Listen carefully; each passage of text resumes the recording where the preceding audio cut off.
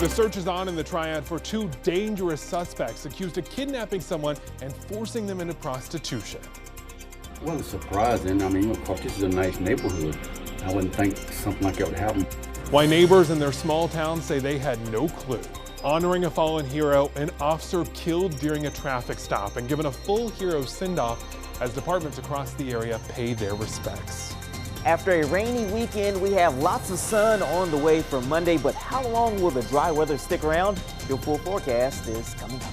Plus, from heart transplant recipient to marathon runner, a must-see moment of inspiration as WFMY News 2 at 11 starts right now. He ran toward the shooter, and in that act, lives were saved. You can't push the boundaries of sacrificial love any farther than that. Families and friends remember a hero of the UNC Charlotte shooting as 21-year-old Riley Howe is laid to rest.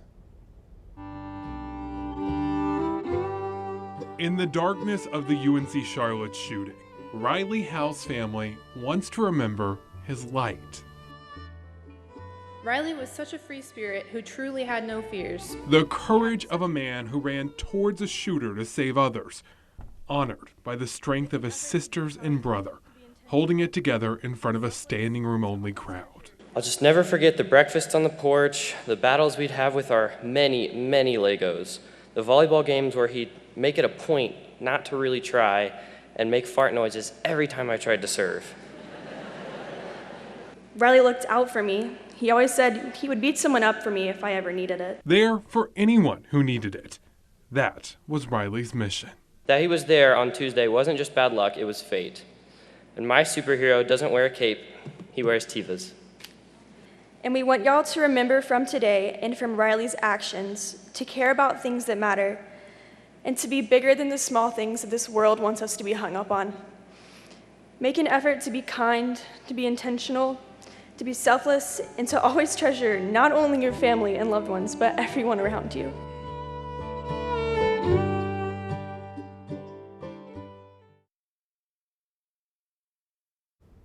In addition to Riley Howe, Reed Praler died in the shooting. His family has decided to keep all the details of his funeral private. That's to honor their son. 4 other people were injured too.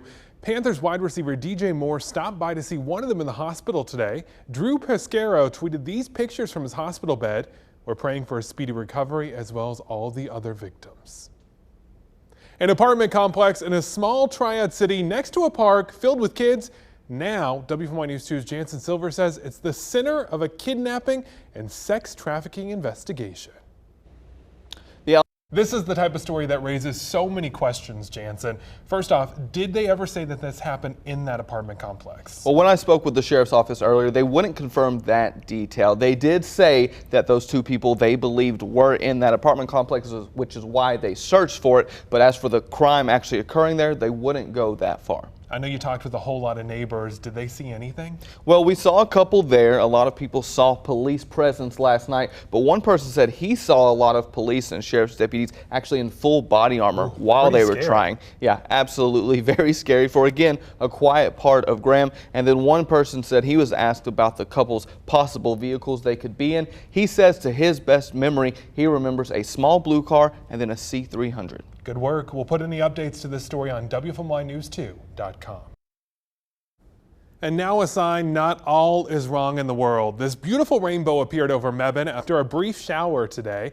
Taran, does this mean that we are finally done with all the rain? Please tell me. Yeah, at least for now. You know, as we go into the beginning of the work week, we are finally going to...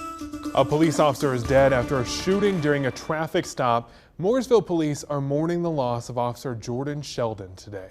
Sheldon was shot just after 10 p.m. last night. Now, first responders rushed him to a local hospital, but he died from his injuries.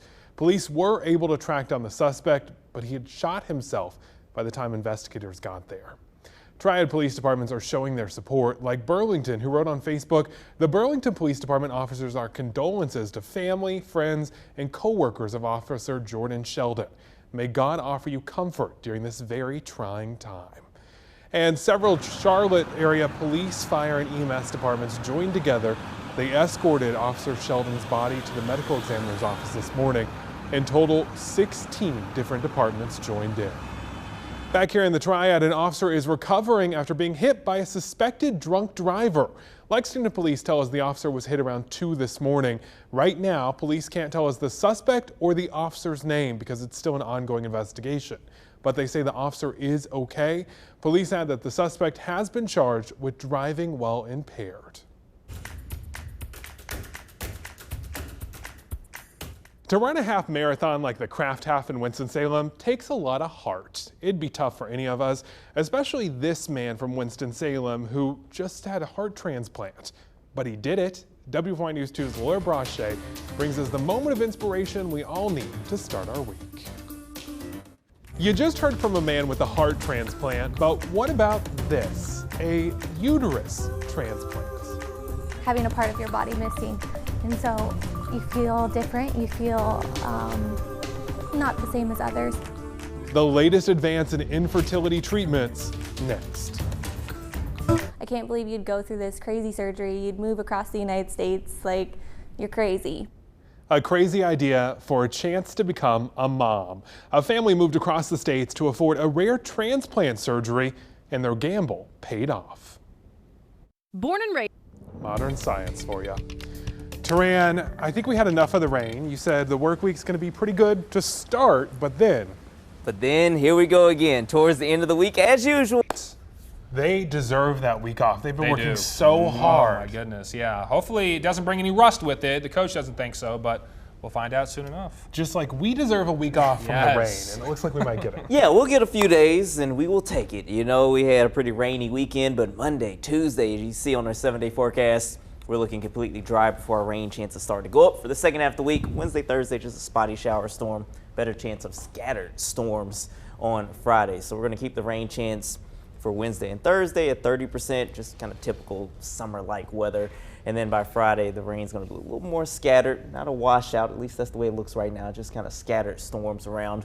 And then we'll keep the rain chances, unfortunately, going into the holiday weekend. So 40% chance of rain Saturday. We're going to lower the rain chance for Mother's Day at 30% right now. But stay tuned. We're going to continue to refine the forecast as we go through the week. If we're lucky, maybe we can stay dry for Mother's Day. You know, I like when you mark the holidays. Normally, it reminds me to send a card to my mom. I actually did it this morning. Oh, good job. Make sure you get yours in the mail. Thanks for watching, and have a great night.